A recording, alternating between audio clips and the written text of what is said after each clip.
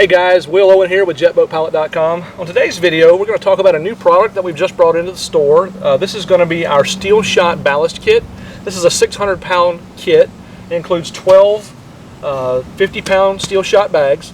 You'll also get a water-resistant zipper bag. We're calling this a container bag. And I'll show you why we're using this. What we found for best practice is to get the weight, or to find best use for the weight, is to get the weight all the way back, as far back as you can and as low as you can. So this lower platform is ideal for that. And what we found with these steel shot bags, because they're small and they're compact, you can get them into a small space and it becomes optimal for a lot of different reasons. In this video, I also want to point out how to properly pack the bag to get it to do best for your longevity's sake. To make the bags last longer, we prefer to keep the bags dry if we can. You know how it is when you drop the throttle, the water kind of rushes over this platform. So if you follow the steps in this video, it'll be a little easier for you to load your bag out. I'll show you how to do that. If I'll move the camera real quick here, we'll go ahead and get started.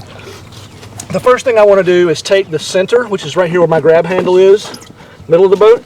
I want to just center this little ID pouch here where the bag is in the middle. The next thing I want to do is I want to make sure that the flap is on the outside here and the zipper side here. I want to make sure that it's over here, so we want the flap out here. The next thing I want to do is start with one bag, and we'll put it in the middle, and then while holding down, just kind of slide it over. I want to get it all the way to the edge.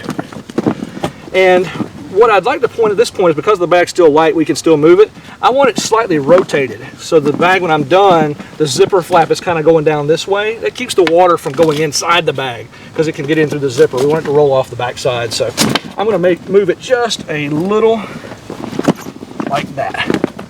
All right, load another bag here. You'll do 4 across the bottom, and then you'll do 4 across the second row, and you'll do 4 across the top.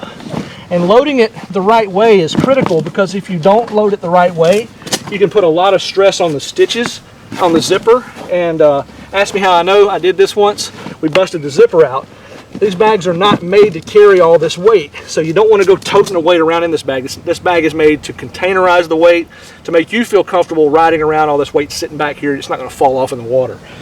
All right, we got our first row in. Move to the second row. Just want to make them stack right on top of each other. Trying to make sure that they're not sliding all over, some this way and some that. Just kind of make them stack right on top of each other. Nice and even.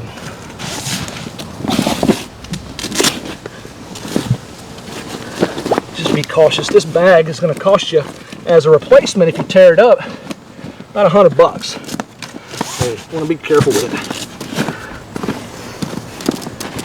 When we first started selling these bags, we had a set of straps that we sent with them, but we found later on that straps were not necessary. The bag doesn't really move. As long as you place it on this lower platform here, kind of up near the wall, it does fine. Next bag here. Got 2 more. I'm getting to be an old man. Starting to get winded moving around a few bags.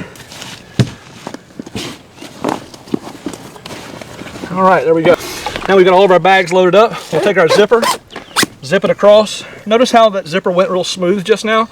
If I had loaded the bags the wrong way, it would have been very difficult. It would have been buckling, and it would have caused you to tear the zipper. So be cautious with that. Finally, the last thing we'll do, pull the Velcro over, and then I always like to give it a tug, just so that the weight is all kind of as near to the transom as you can get it.